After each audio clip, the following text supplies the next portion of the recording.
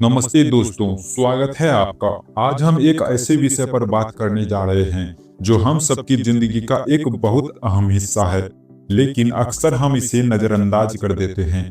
वो विषय है पैसे बचाना यानी सेविंग की आदत कैसे डालें। आप में से कितने लोग ऐसे हैं जो हर महीने की पहली तारीख को सैलरी या इनकम तो पाते हैं, लेकिन महीने की 25 तारीख आते आते आपका बैंक अकाउंट खाली हो जाता है और फिर आप सोचते हैं कि यार अभी तो पैसे आए ही थे, इतनी जल्दी कैसे खत्म हो गए। अगर आपके साथ भी ऐसा होता है तो यकीन मानिए आप अकेले नहीं हैं। हम में से ज्यादातर लोग इसी चक्रव्यूह में फंसे हुए हैं। हम कमाते हैं खर्च करने के लिए, अगर जो बचता है, अगर कुछ बचा तो उसे सेव करने की सोचते हैं। लेकिन दुनिया के सबसे अमीर इन्वेस्टर वॉरेन बफे कहते हैं, खर्च करने के बाद जो बचता है उसे सेव मत करो, बल्कि सेव करने के बाद जो बचता है उसे खर्च करो। सुनने में यह आसान लगता है, लेकिन असल जिंदगी में इसे करना उतना ही मुश्किल है। तो अगले 10 मिनट में हम इसी मुश्किल को आसान बनाएंगे। मैं आपको कोई बोरिंग फाइनेंस का लेक्चर नहीं दूंगा, बल्कि हम उन व्यवहारिक और प्रैक्टिकल तरीकों पर बात करेंगे जिनसे आप सेविंग को एक बोझ नहीं बल्कि एक आदत बना सकते हैं। सबसे पहले हमें अपनी मानसिकता यानी माइंडसेट को बदलना होगा। सेविंग का मतलब कंजूसी करना नहीं होता।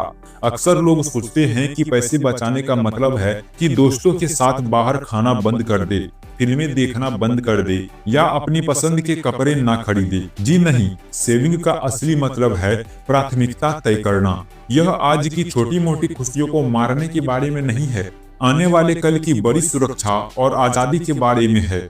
जब आपके पास बैंक में पैसे होते हैं तो आप रात को चैन की नींद सो पाते हैं। आपको डर नहीं लगता कि अगर कल जॉब चली गई तो क्या होगा, या अगर कोई मेडिकल इमरजेंसी आ गई तो क्या होगा। तो सबसे पहला स्टेप यही है कि सेविंग को एक सजा के रूप में देखना बंद करें और इसे अपनी आजादी के टिकट के रूप में देखें।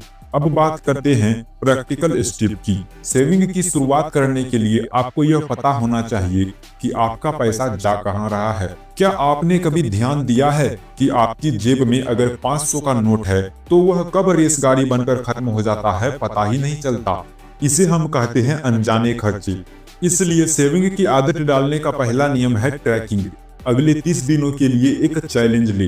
अपने फोन में एक नोटपैड खोले या 10 की नोट छोटी डायरी अपनी जेब में रखे। आप दिन भर में जो भी खर्च करें, चाहे वह 10 की चाय हो या 1000 की पेट्रोल, उसे लिखे। शाम को बस 2 मिनट निकाल कर उसे देखे।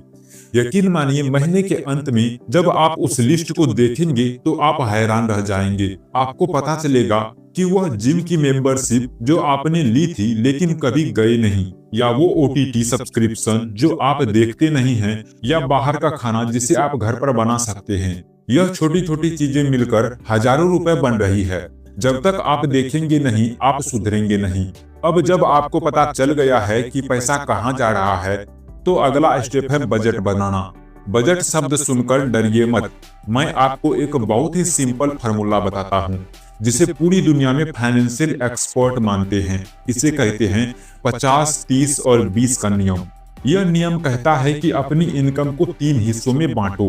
पहला हिस्सा है 50%। यह आपकी जरूरतों यानी नीड्स के लिए, जैसे घर का किराया, राशन, बिजली का बिल, बच्चों की स्कूल फीस। यह वो खर्चे हैं जिनके बिना काम नहीं चल सकता। दूसरा हिस्सा है 30%। यह आपकी इच्छाओं यानी वांट्स के लिए है। इसमें आता है बाहर खाना, फिल्में देखना, नए गैजेट्स लेना या घूमना फिरना। और आखिरी हिस्सा है 20%। यह है आपकी सेविंग और निवेश के लिए।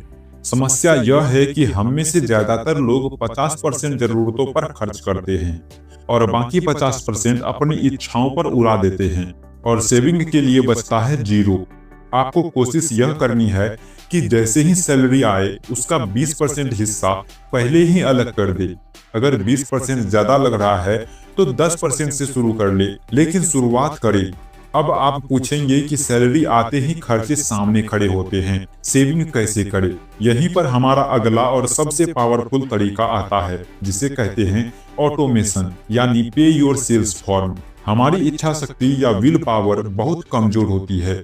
हम सोचते हैं कि महीने के आखिर में जो बचेगा उसे सेव करेंगे, लेकिन पार्किंस लॉ कहता है कि खर्चे हमेशा इनकम की बराबरी के लिए बढ़ जाते हैं। इसका समाधान यह है कि आप अपने फैसले से इंसान को हटा दें और सिस्टम को लगा दें। अपने बैंक में एक ऑटो डेबिट या रिकरिंग डिपॉजिट सेट करें। सैलरी की तारीख अगर 1 तारीख है तो 2 तारीख को ऑटोमेटिक सेविंग लगा दे। जैसे ही सैलरी आएगी, बैंक खुद ब खुद आपके तय किए हुए पैसे काटकर एक अलग अकाउंट में डाल देगा। आपको वह पैसा दिखेगा ही नहीं, और जो पैसा दिखता नहीं है वह खर्च भी नहीं होता। 2-3 महीने थोड़ी दिक्कत होगी, लेकिन चौथे महीने से आपको उसी बचे हुए पैसे में घर चलाने की आदत हो जाएगी। यह सबसे जादुई तरीका है सेविंग हैबिट बनाने का। इसके बाद आता है एक बहुत ही दिलचस्प मनोवैज्ञानिक तरीका, जिसे हम कहते हैं 24 आवर का नियम। हम आज एक ऐसी दुनिया में रहते हैं जहां हर तरफ विज्ञापन है। इंस्टाग्राम खोलते ही हमें लगता है कि हमें उस नए जूते की या उस नई घड़ी की सख्त जरूरत है। इसे कहते हैं इम्पल्स बाइंग, यानी बिना सोचे समझे तुरंत खरीद लेना। इससे बचने के लिए जब भी आप कोई ऐसी चीज देखें जो जरूरत नहीं बल्कि इच्छा है और जिनकी कीमत थोड़ी ज्यादा है, तो उसे तुरंत ना खरीदें। खुद से कहे, मैं इसे 24 घंटे बाद खरीदूंगा। उसे कार्ट में डाल दे और छोड़ दे। 24 घंटे या 48 घंटे इंतजार करे। मनोविज्ञान कहता है कि 80% मामलों में 24 घंटे बाद उस चीज को खरीदने की इच्छा खत्म हो जाती है। आप महसूस करेंगे कि आपको उसकी जरूरत ही नहीं थी। यह छोटा सा ब्रेक आपके हजारों रुपए बचा सकता है। सेविंग की आदत में एक और बड़ी बाधा है दिखावा। हम अक्सर दूसरों को इम्प्रेस करने के लिए चीजें खरीदते हैं। वो पड़ोसी ने नई कार ली है तो मुझे भी लेनी है। दोस्तों ने नया आईफोन लिया है तो मुझे भी चाहिए। याद रखिए, अमीर दिखने में और अमीर होने में बहुत फर्क है। जो लोग सच में अमीर होते हैं वो अक्सर सादगी में रहते हैं, क्योंकि वह पैसे की वैल्यू समझते हैं। अगर आप उन लोगों को इम्प्रेस करने के लिए पैसे खर्च कर रहे हैं जो शायद आपको पसंद भी नहीं करते हैं, तो आप कभी सेविंग नहीं कर पाएंगे। अपने फाइनेंशियल गोल्ड को अपनी खुशियों से जोड़िए, ना कि समाज के स्टेटस से। जब आप पैसे बचाते हैं तो आप किसी और के लिए नहीं बल्कि अपने भविष्य के लिए बचा रहे हैं। एक और महत्वपूर्ण बात, इमरजेंसी फंड बनाना। कई बार हम सेविंग शुरू तो करते हैं, लेकिन अचानक गाड़ी खराब हो जाती है या घर में कोई बीमार पड़ जाता है और हमारी सारी जमा पूंजी खर्च हो जाती है। फिर हम निराश होकर सेविंग करना छोड़ देते हैं। इससे बचने के लिए अपना पहला लक्ष्य यह बनाइए कि एक इमरजेंसी फंड तैयार हो। यह कम से कम इतना होना चाहिए कि अगर आपकी इनकम बंद हो जाए तो भी आप 3 से 6 महीने तक अपना घर चला सके। जब यह फंड तैयार हो जाता है तो आपके अंदर एक अलग ही कॉन्फिडेंस आता है। तब आप रिस्क लेने से नहीं डरते और बाकी की सेविंग को आप लॉन्ग टर्म के लिए इन्वेस्ट कर सकते हैं। अब हो सकता है कि आप कहें कि मेरी इनकम ही इतनी कम है कि मैं चाहकर भी नहीं बचा सकता। यह एक वाजिब समस्या है। अगर आप सच में बुनियादी जरूरतों पर ही सारा पैसा खर्च करते हैं तो यहाँ सेविंग का नियम काम नहीं करेगा। यहाँ इनकम बढ़ाने का नियम काम करेगा। अपनी स्किल्स पर काम करिए। देखिए कि आप एक्स्ट्रा क्या कर सकते हैं। क्या कोई पार्ट टाइम काम कर सकते हैं? क्या कोई नई स्किल्स सीखकर अपनी सैलरी बढ़वा सकते हैं? याद रखिए, आप कम खर्च करने के लिए एक सीमा तक ही जा सकते हैं।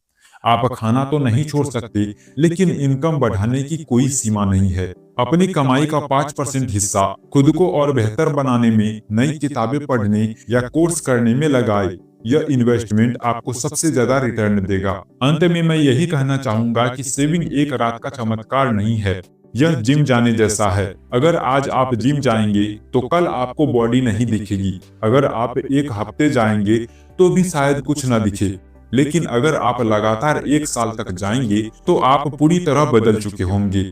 पैसे बचाने के साथ भी यही है। शुरू में जब आप 500 या 1000 रुपए बचाएंगे तो लगेगा कि इससे क्या होगा, पहाड़ तो नहीं टूट जाएगा, लेकिन कंपाउंडिंग की ताकत समय के साथ काम करती है। बूंद बूंद से ही घड़ा भरता है। तो चलिए आज एक छोटा सा वादा करते हैं। आज हम इस वीडियो को बंद करने के बाद सबसे पहले अपने पिछले महीने के खर्चों को देखेंगे। हम वो 1 या 2 फालतू खर्चे ढूंढ निकालेंगे जिन्हें अगले महीने से बंद करना है। हम अपने बैंक में एक ऑटोमेटिक ट्रांसफर सेट करेंगे, चाहे वो 500 का ही क्यों ना हो। याद रखिए, अमाउंट मायने नहीं रखता, आदत मायने रखती है। एक बार आदत बन गई तो अमाउंट अपने आप बढ़ जाएगा।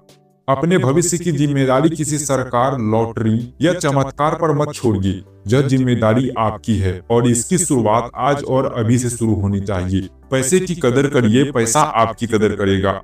बहुत बहुत धन्यवाद दोस्तों।